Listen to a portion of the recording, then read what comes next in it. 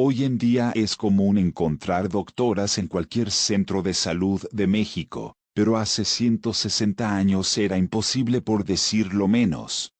Sin embargo, Matilde Montoya 1859-1938, se abrió paso en una época muy difícil y se convirtió en la primera mujer que adquirió el grado de médica. Google rindió un homenaje este jueves a la doctora Montoya en el aniversario de su natalicio con un doodle. Matilde Montoya Lafragua nació en la Ciudad de México. Desde una edad muy temprana demostró interés por el estudio, en una era en la que el acceso a las mujeres a la escuela no estaba garantizado. Las crónicas describen a una excelente alumna que recibió gran influencia de otra figura femenina, su madre. La vocación por las ciencias de la salud fue inmediato. Con solo 16 años recibió el título de partera de la Escuela de Parteras y Obstetras de la Casa de Maternidad.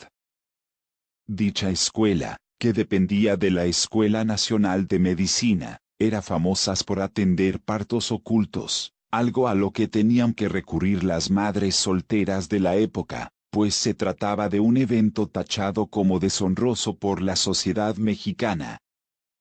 Con su título bajo el brazo, Matilde se mudó a la ciudad de Puebla, donde tuvo gran éxito en la práctica. También hay registros de que ejerció la obstetricia en la Ciudad de México y el estado de Morelos. Fue en la capital poblana donde en 1875 decidió inscribirse a la Escuela de Medicina de Puebla. Montoya Lafragua estudió y practicó la medicina en el estado con éxito, pero tuvo una ríspida relación con sus compañeros varones quienes la acusaron de masona y protestante. En 1882, con 24 años de edad, concursó para entrar a la Escuela Nacional de Medicina.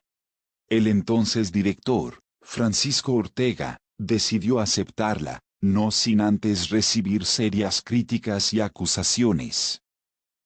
Los detractores de la única mujer en la escuela argumentaron la invalidez de algunas materias y tuvieron éxito.